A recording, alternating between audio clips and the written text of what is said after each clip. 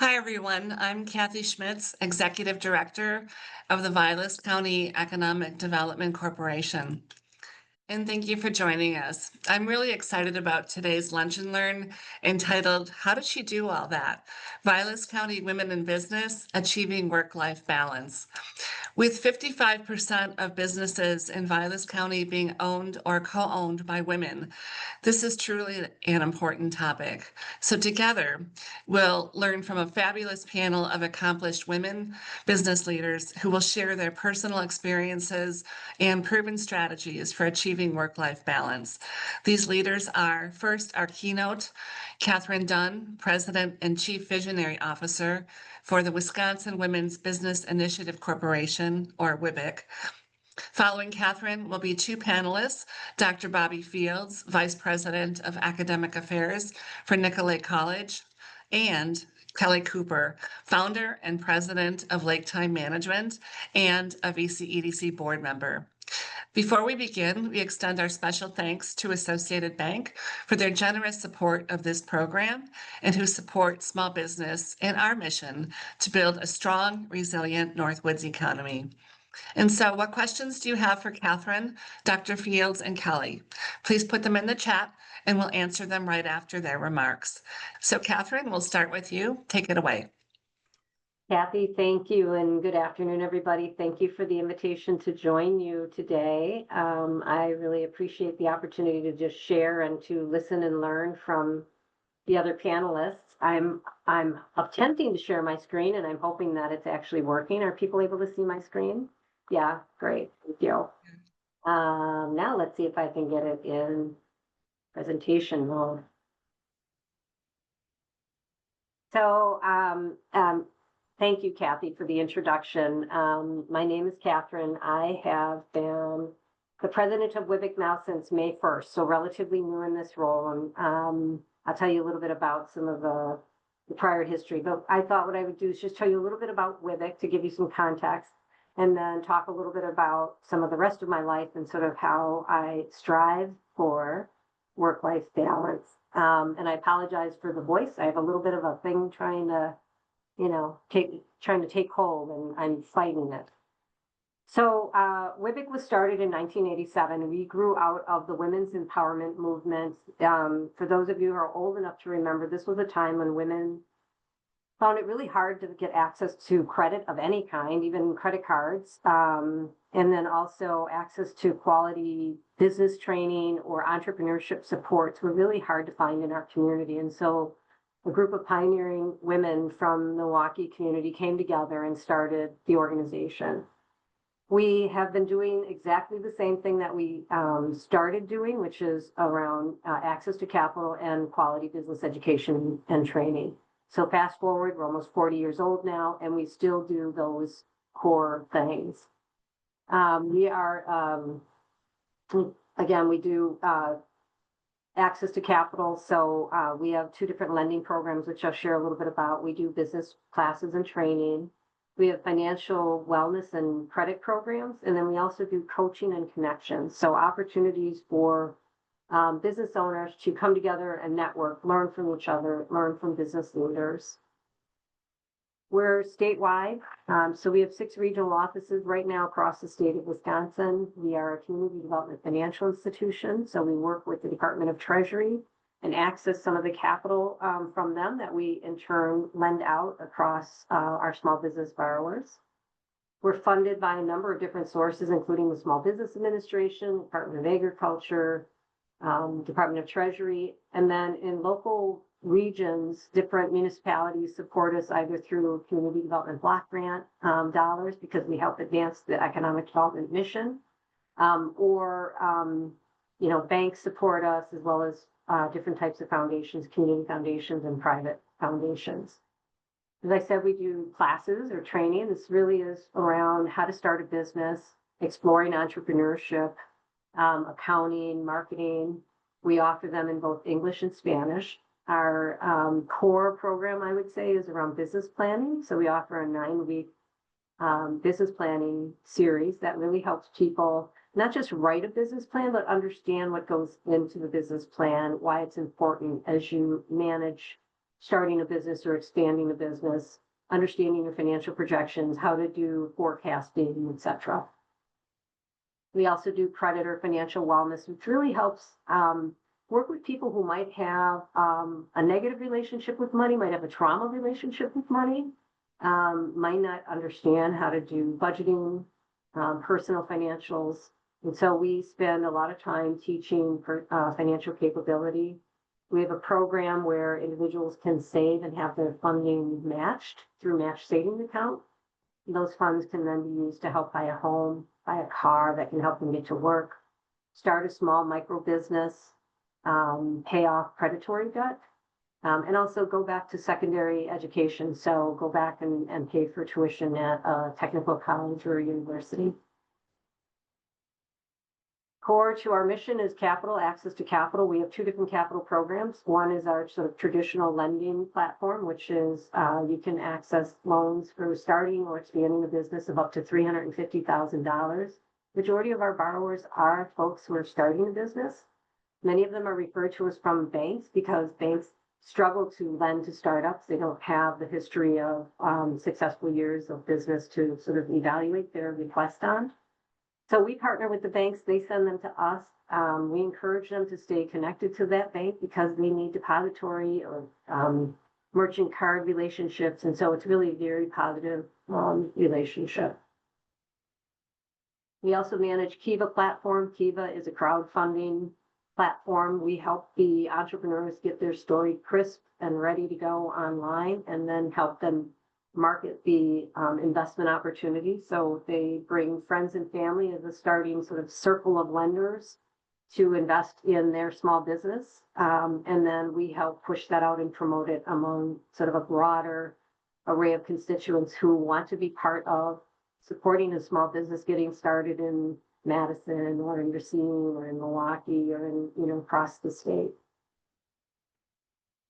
And then last, our connections and our coaching. I said we do programs like Cup of Joe or Strong Women, Strong Coffee, where we bring together people. They have an opportunity to listen to a woman business leader or a successful entrepreneur and do some networking with each other and also ask that person questions about their success and their journey.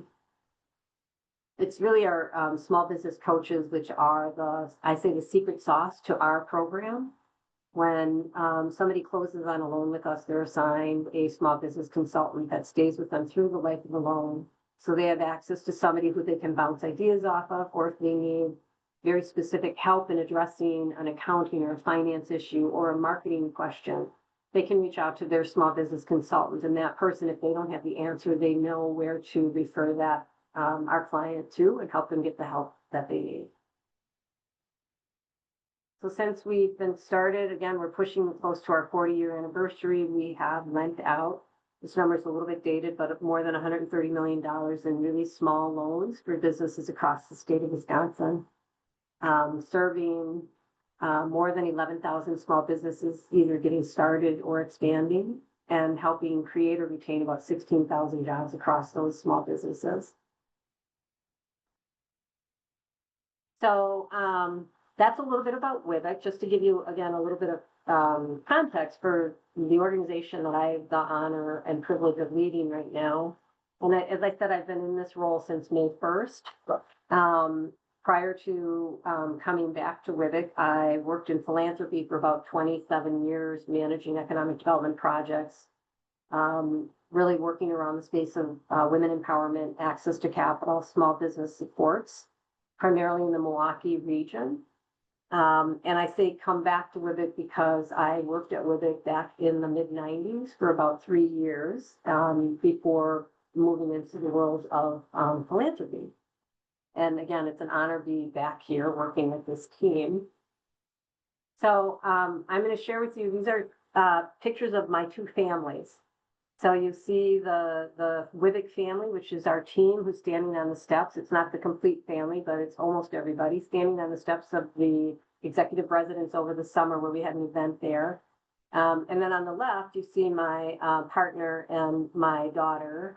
My daughter's the one in the red top, by the way. And, both of my families need care, attention, nurturing. making sure that they have the tools to be successful. So I'm the president and chief visionary officer for WIVIC. I'm also the president of another company called Cameron Inc. Cam is my daughter there in that picture. She's my adult daughter who's on the autism spectrum. And she's supported to stay in our home and to stay in the community through Medicaid funding and Medicaid supported programs. I have 5 staff in Cameron Inc. that I recruit, train, schedule, and help navigate complex contracts and billing systems and payment systems with. And so, of course, Cameron's my daughter. I love her very much, and I would do anything for her. We often refer to Cam Inc. when I'm dealing with the systems that surround the supports that my daughter gets. And so we always talk about me being the president of 2 companies. So I don't know if you know, the scene is from Spider-Man, and I just love it because it's kind of what our days can feel like sometimes is when you are juggling. What precedes this particular clip is the young lady is actually slipping on the floor and about to go down and fall, but instead she's caught by Tobey Maguire, and along with everything that's on her lunch plate, he catches it all. And again, this is just such a great visual of how much we are balancing. The funny thing is it took him 156 tries to do this. So this isn't AI generated. This movie's pretty old. It's been out for a while. We often don't have 156 tries to get stuff right. So, again, I love the scene, but it's also kind of funny that, we don't get that many chances to get at stuff. And so really creating those, creating that commitment to yourself around that balance so that you're not trying something 156 times before you get it right. So achieving balance for me, just a couple of things that I thought I would share because I really do want to get into conversation. I'm looking forward to hearing from all of you. Although the scale here has 2 things, it has work and it has life, both of those dimensions have multiples underneath them. And for me, balance does not mean equal allocation of time across any of these dimensions. There's often a lot of times when I'm like really focused on work things and the scale is out of, it's not equal. Doesn't mean that it's out of balance. It's just not equal. Another thing that I often remind myself is that I have to let go of perfection. I can't try to be perfect at everything, and that being good is really good enough. Having a project move through at a pace that's good is usually good enough. And I'm a perfectionist by nature, and so that's something I have to continuously remind myself of. It also requires that I have a lot of self-awareness and self-monitoring so that I know when I'm slipping into being really out of balance. And so I have tools that I use then to sort of get myself back in focus, but just being aware enough that I can say, hey, I'm really out of whack right now. And then being really intentional about getting myself back in some level of, balance. And then being intentional about making time for each of the dimensions. Again, even though it's never equal time, I do feel like I have to be really intentional about the work and the life and all those sort of sub-dimensions that are underneath there. Another thing that I've had to do, and I still have to remind myself, is to not feel guilty when I say no to something. I mean, I'm a giver. I'm imagining we're all givers in some way. I work for a nonprofit organization. I've worked for nonprofits my entire life. So also by nature of my profession and my calling, I am a giver. And so there are times though when I just can't give because I don't have something to give. And I used to feel very guilty about that. And I have had to retrain myself to know that it is okay to say no. And then finding activities and outlets that just give me energy and sort of rejuvenate me when I have overspent in all of the dimensions and I'm just feeling really out of whack. And so for me, my me time is really about connecting with friends and doing mini retreats and just fellowship and stillness. So the picture of the Jeep and the foggy sort of hill, I just came back from one of these retreats last weekend, and it is about the having, girlfriend time, but also just the stillness of these moments that helps me sort of rebuild that energy.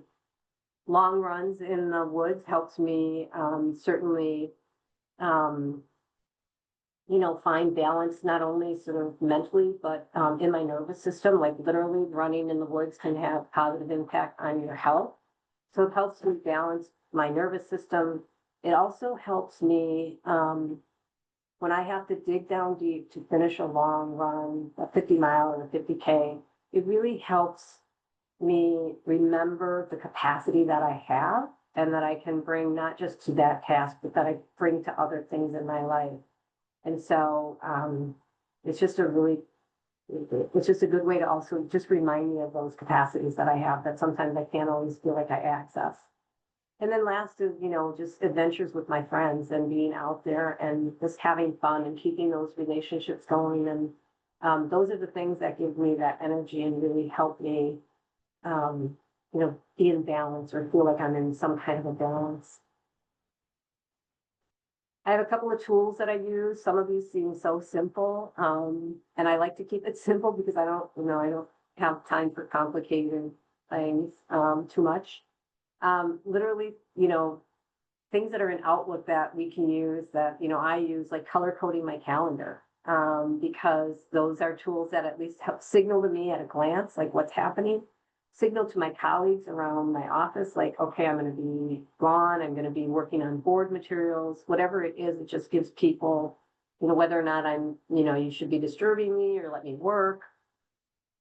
Forecasting and planning. So as soon as I come back from a little adventure with my friends, I put another one on the calendar and we just start that cycle all over again. And part of it is just making that commitment that I'm going to do it again. And we don't lose track of that, that rhythm.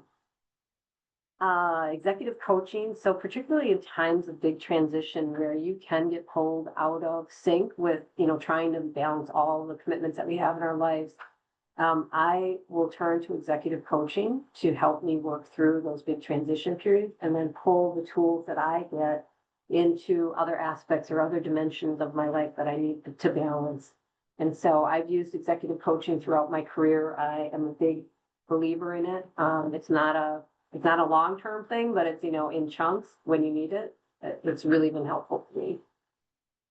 I'm careful and curating any self-help type books because I don't want to read something that makes me want to pile on to myself, feeling like I'm not doing something. And so I curate those kinds of books really carefully. I know myself, I know I would do that. And so I look for specific kind of authors, specific kind of messages. I have lifeline friend check-ins. And so if I'm feeling like I am struggling with keeping my balance, we do calls in the morning before we all run off to work. And it's sort of like a regrounding of just like, what's important today and what can you just let go? And so I'm really appreciative that I call my lifeline friends.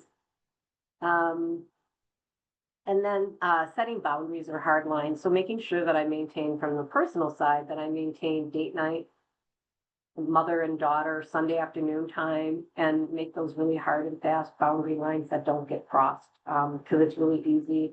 I've found it easy for myself to just sort of let that time go. And if I'm not intentional about it, then I'm letting it happen and it's not going to have a positive result.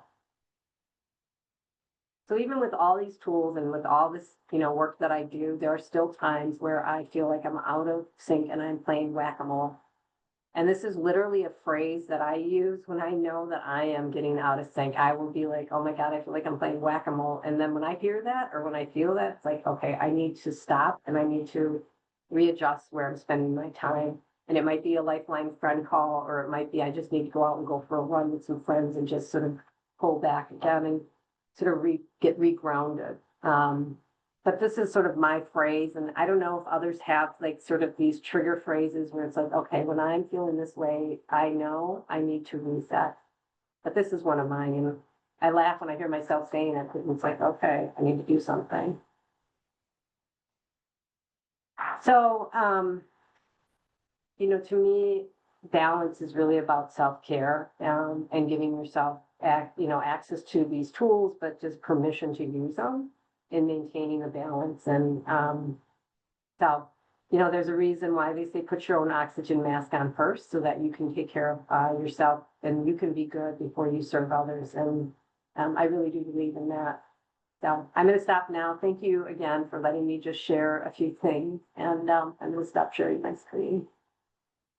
Catherine, thank you. And I love the mask metaphor. I think that is very unique and interesting. So with that, I know we have a couple questions for you, but I'm going to now turn it over to Dr. Bobby Fields, and she'll share her advice for everyone.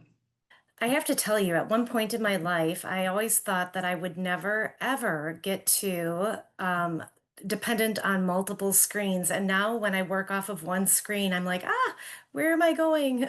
All right. So I just want to, are you seeing my screen? Yeah. All right.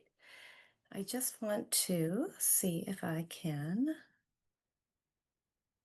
move this so that I can actually put it in presenter mode for us. And I can move this down here. So, good afternoon, everyone. It is a pleasure to be here. And I think that as I share a little bit about my own personal story, you'll see some consistencies with what Catherine just shared, primarily on that topic of balance. So, as Kathy had shared, my name is Dr. Bobby Fields. I'm the Vice President of Academic Affairs at Nicolet College. I joined Nicolet College a little more than a year ago, having come from another one of our sister colleges in the state, Moraine Park Technical College, where I worked for 20 years as a faculty associate dean and dean just prior to joining Nicolet College. In addition to my role at Nicolet College, I serve in volunteer capacities as a board member for the Medical Assistant Education Review Board, which is a national accrediting committee for allied health education programs, as well as the Oneida County Economic Development Corporation. But, I think to the points that we heard about wearing many hats, I'm also a mom, a wife, and have worn many hats throughout my journey. So, just today, I only have a few slides to share with you and some personal stories before we get to hear more from Kelly and have some questions. So when we think about women and work-life balance and that whole thing, there are all kinds of different things that are running into getting done all of the things that we need to do. So we've got the scale and all of the balance, but I think women in particular have some unique pressures that maybe others don't. We're trying to fit in the home and the family while we're trying to do work, and oftentimes trying to advance in our career, develop professionally, and then make time to recharge our batteries every now and again. As I got started in my career, I started in healthcare, and actually, I really was driven to work in healthcare. And my sister was a high school teacher, and every summer we would do trips together. And oftentimes there were weekend camping trips with our kids. We both had 4 kids.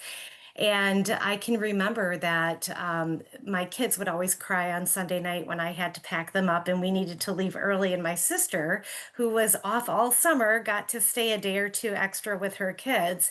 And that was really one of the big things that got me thinking about how can I have a better work-life balance? How can I have a fulfilling career, take care of my family and my home from a financial perspective by being there as a mom?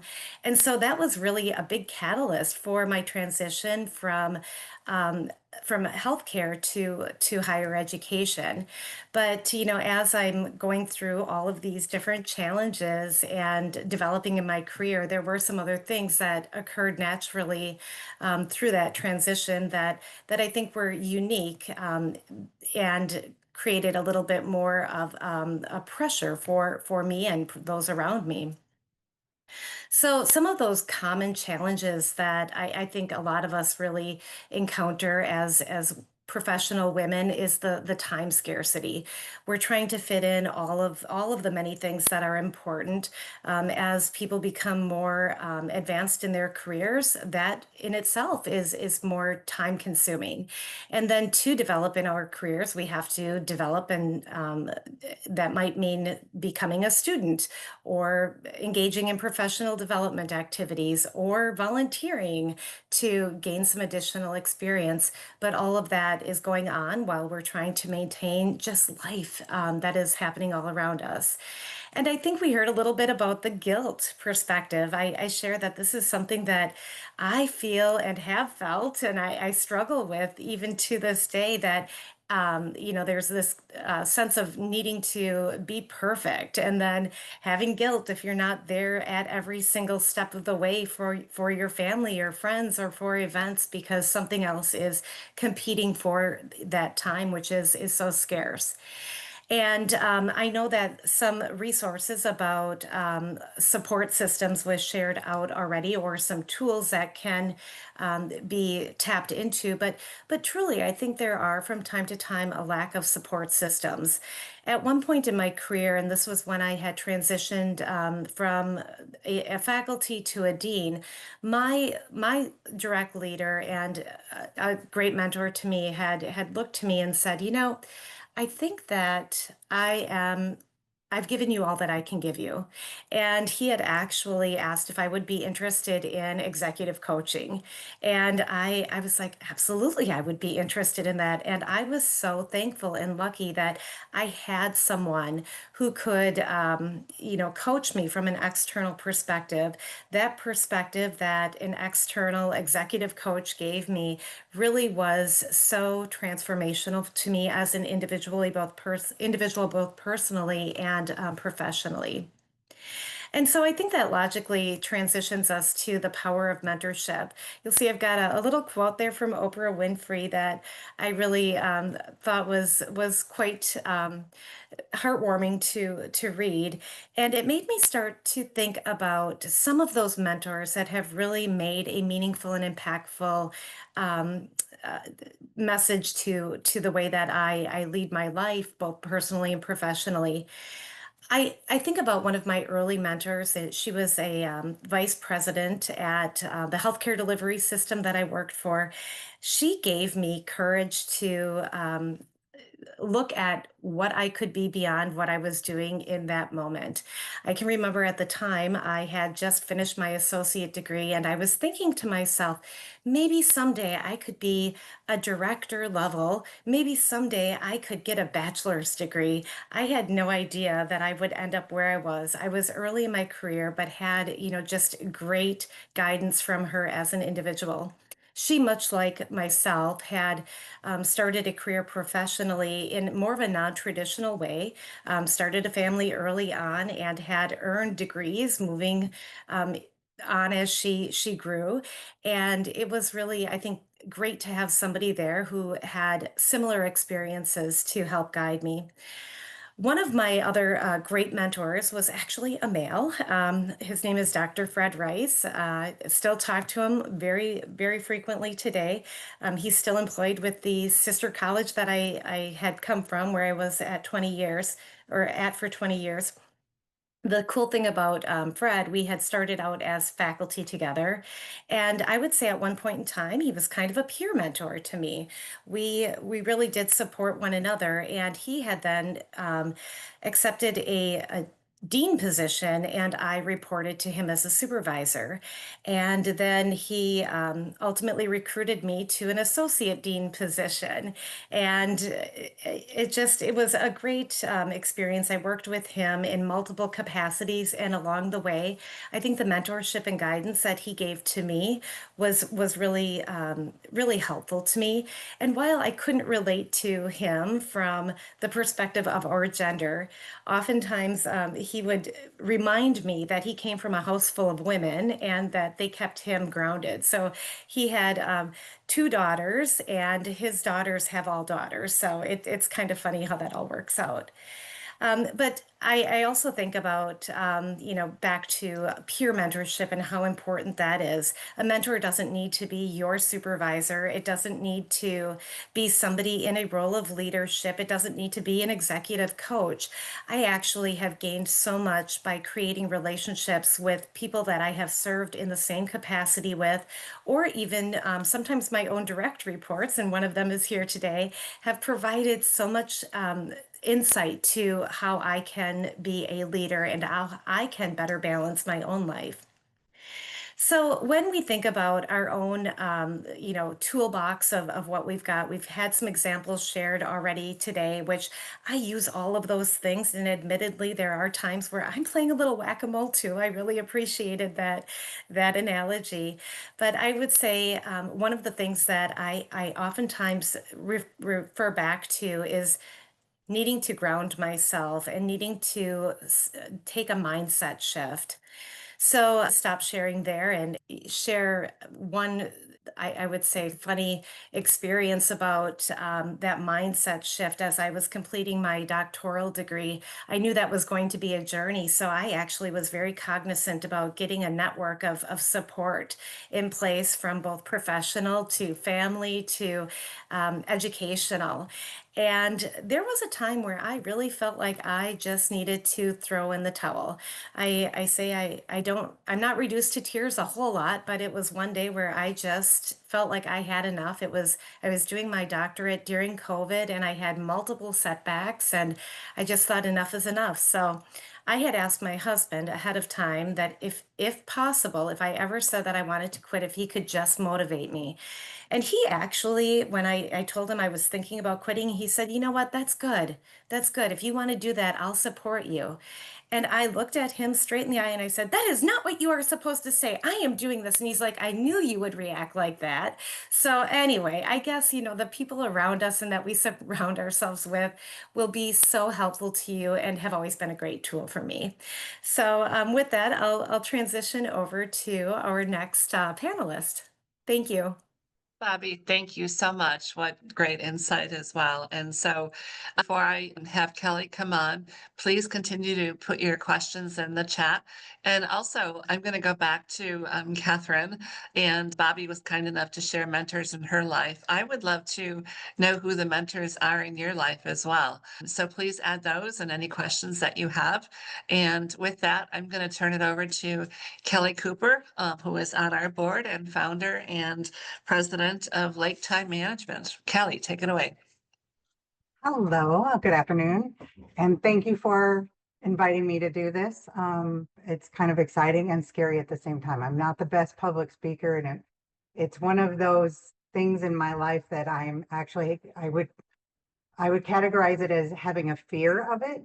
And I also have a kind of a life rule that when something is scary to you and that you have a fear, you just say yes and you just do it anyway, because if you say no, you're not going to get better. And so I accepted this, and I thank you for inviting me. But Kathy, when you first did invite me, I have to say, I'm like, well, Kathy, you know me, and how could you pick me for this? Because I just feel like of all people, I probably am not the one that has work-life balance. At least that's the way I feel. And I'll get into a little bit about what my business is, but from that perspective, and in planning this, I had to take some time and reflect and realize that, you know what, I'm not doing as bad as I thought. I think I do have work-life balance. It just doesn't, well, I think you asked me in the middle of summer, so that sure didn't feel like it at that time.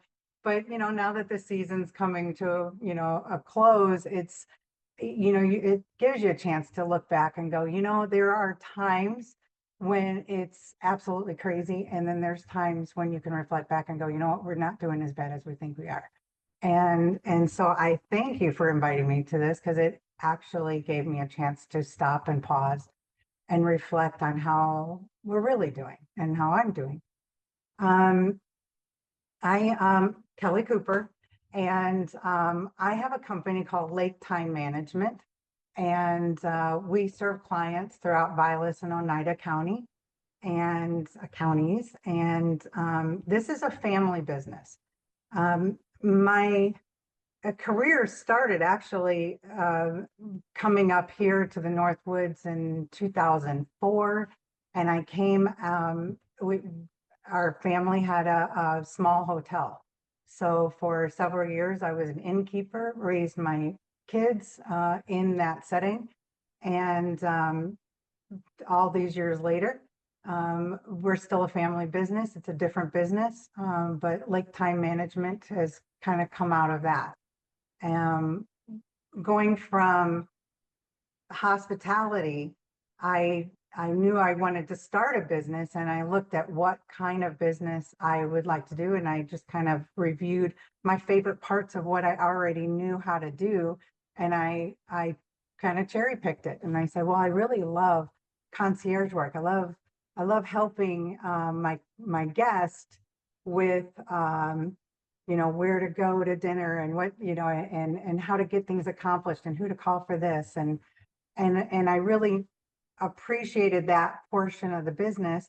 So that was the kind of the foundation of Lake Time Management.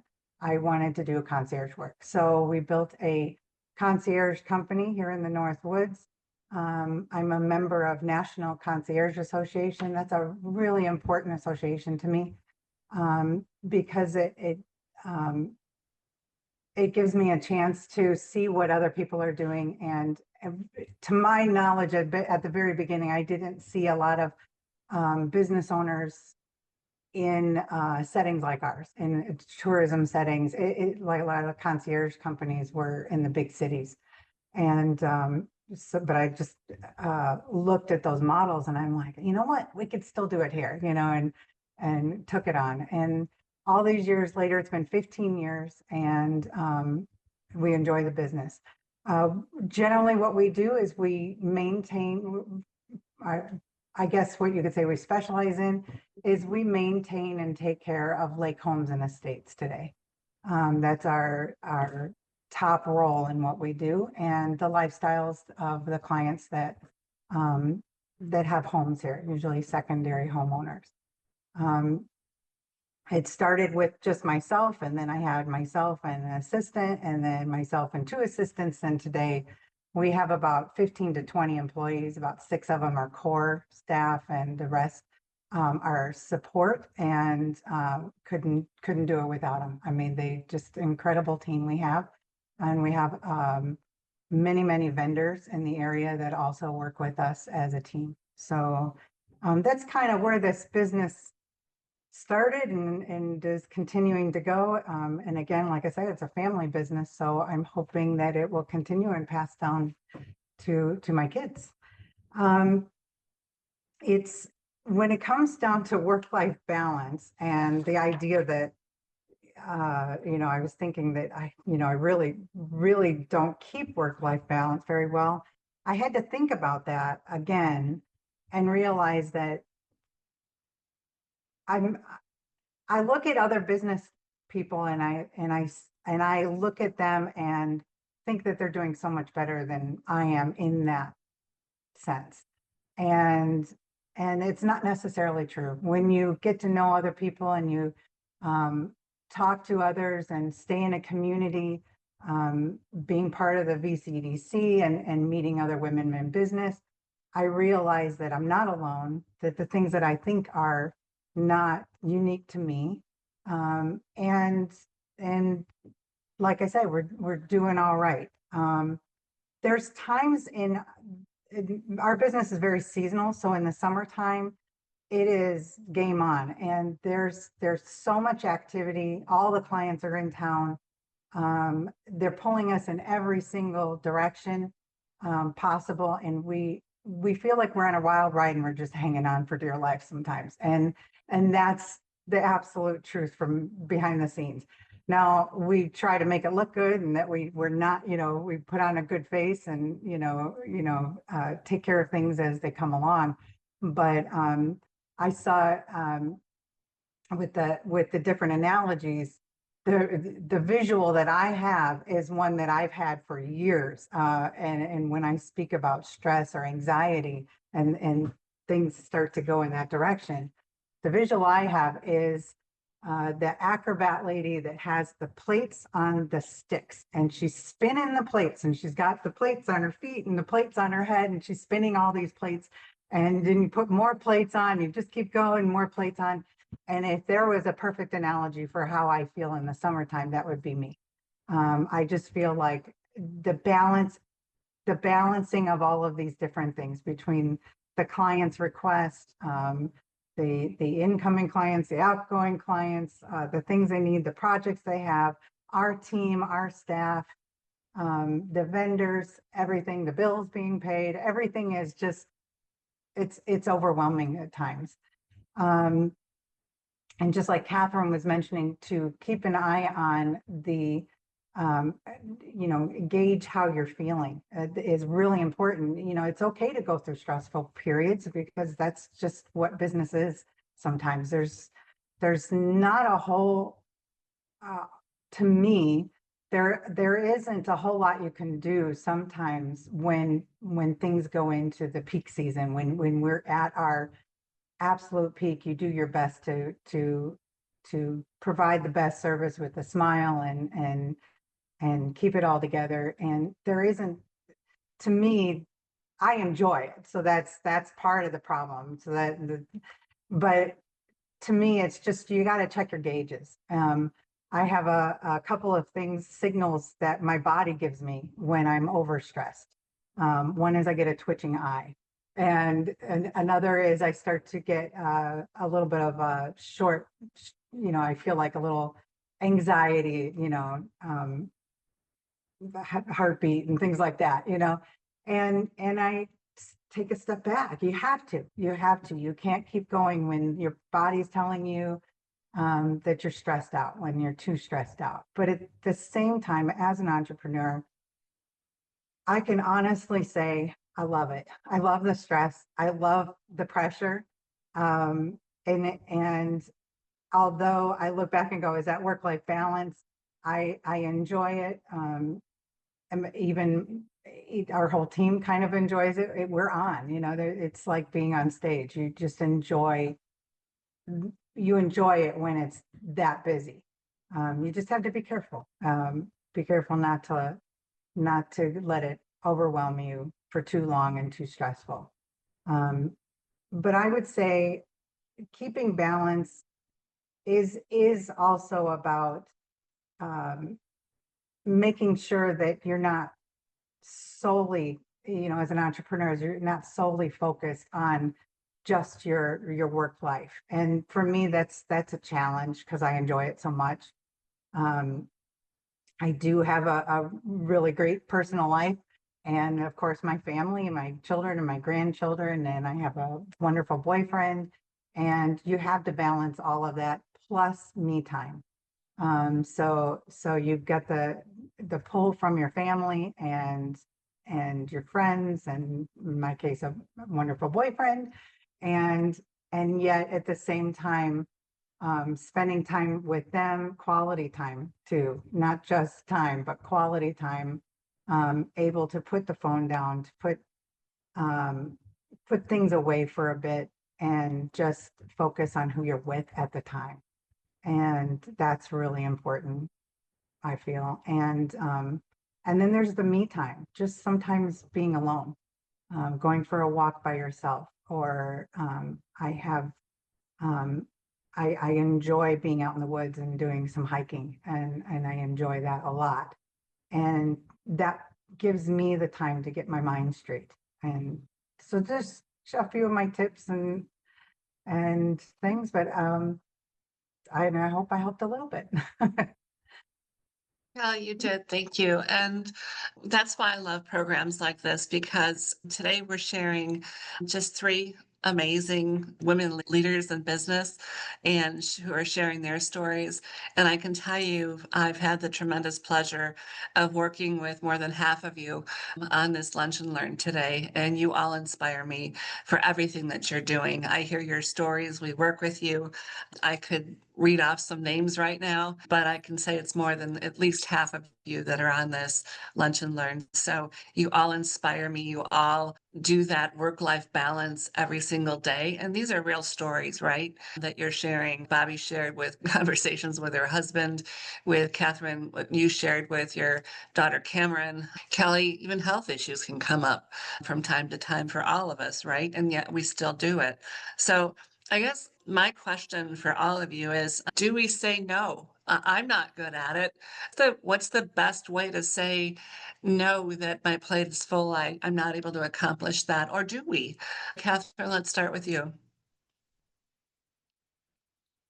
Yeah, it's a great question, Kathy, and I just want to echo like great stories, Kelly and Bobby. Thank you for sharing both of your background and being present, Kelly. That was sort of where you wrapped up with being present. That's important. So I think it takes a lot of practice to say no, and but I have found that I have to give myself license to say no.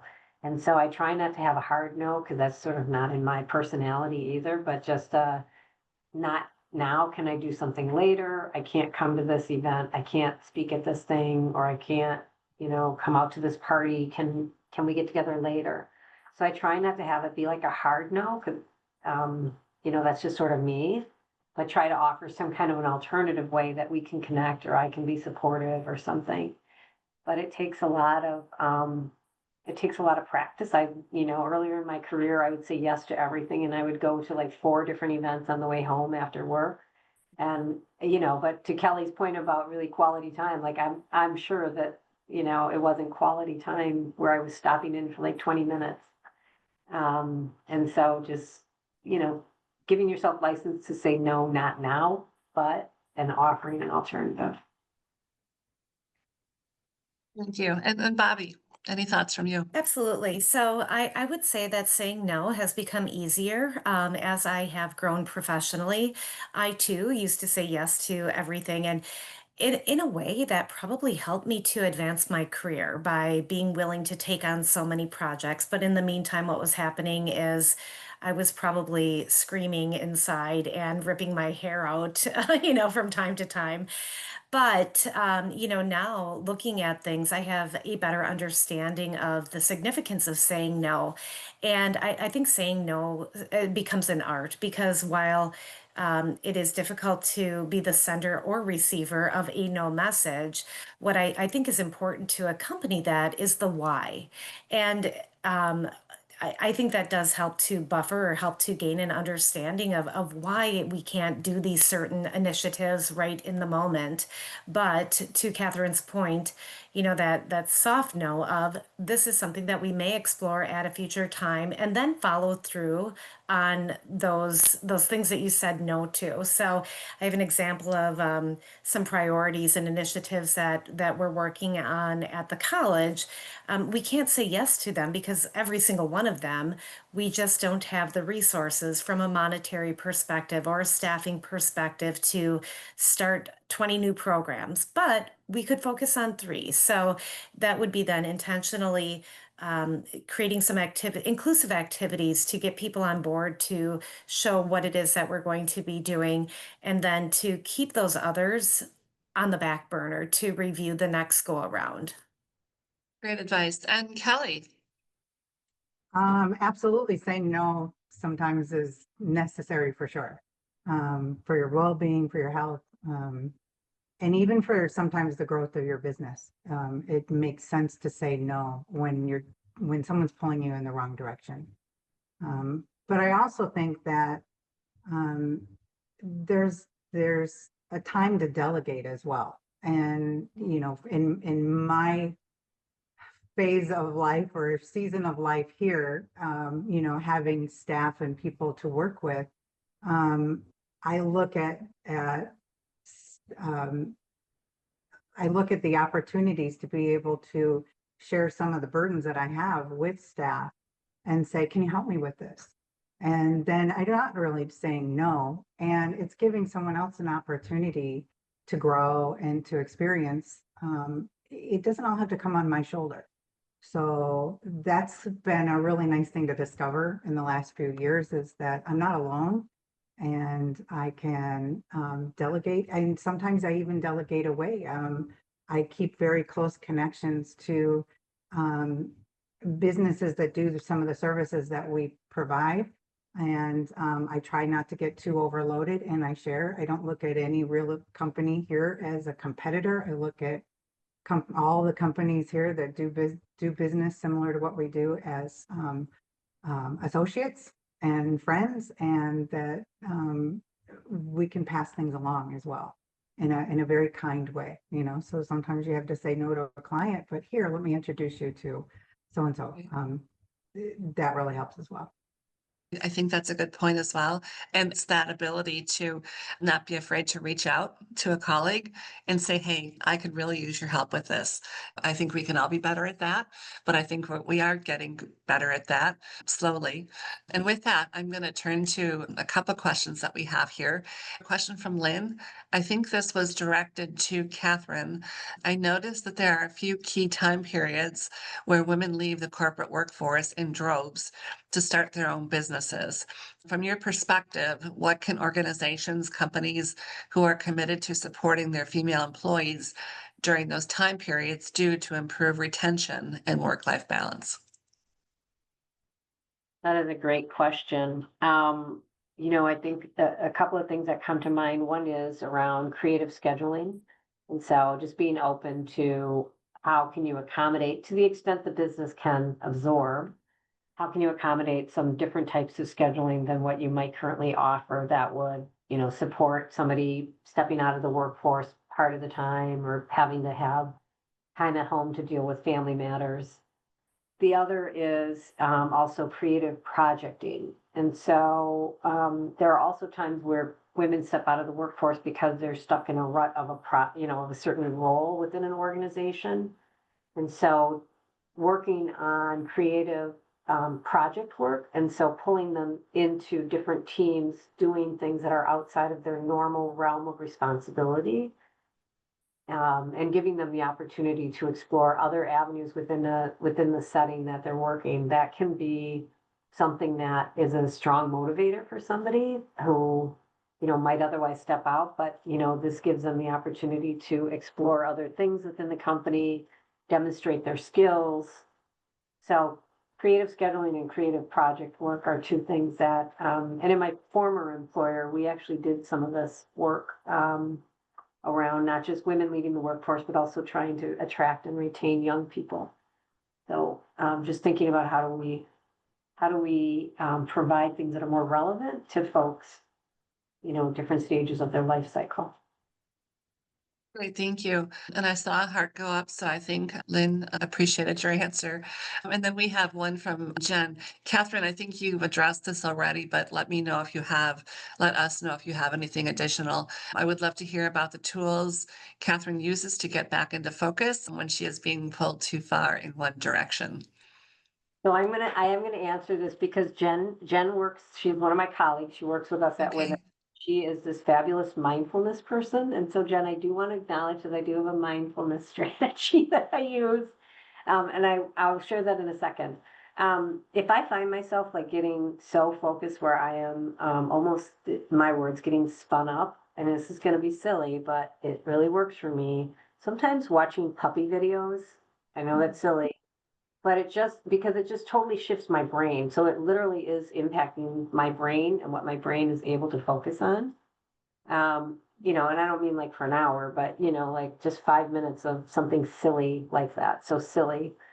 And then I do have a mindfulness strategy that I use. It's visualization. And I don't know if you've seen, there used to be at like arcades within like, carnivals or something, and maybe other places, but there are games where you put money in, but there's a shelf that just keeps pushing stuff off towards the edge, right?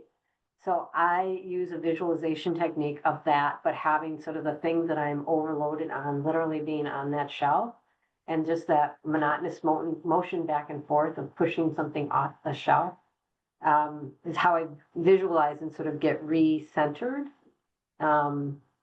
And as I say this out loud, I'm like, oh my God, that sounds like really strange. It is something that I use that one fairly often, actually, probably more so than even the puppy videos. But yeah, I do visualization stuff. Great, thank you. And speaking of that, what I can tell you, and I think that many of us already know, is that if you have a dog at home or dogs or cats or whatever, and you walk in the front door, it's that unconditional love that will make your entire day just go away. So they will completely refocus your attention immediately. So if anybody wants to achieve more work-life balance, get a dog. And we have two golden retrievers and they do the trick. So we've got 4 minutes left. I'm just going to ask for some really quick final comments from each of our panelists here. But what I can tell you today is this week we had really good news at the Vilas County EDC. We did receive a grant to actually formalize our VCEDC Vilas County Women in Business program. And so we are going to be fleshing that out over the next several months and launching that in 2026. And I'm going to hopefully work with many of you on that. And this was all really started from the Women in Business networking events that we held throughout Vilas County over the last 3 years with an absolutely dynamic committee of women led by Kelly Cooper on our board and myself. It could not have been done without Kelly. 2 of the 3 events that we did were sold out, and the surveys came back that we want more of these. The service you're providing is amazing, and so there is a demand for this. And so we have actually now formalized this into a program which will be launching in early 2026. So stay tuned for that, and we'll be doing many more of these.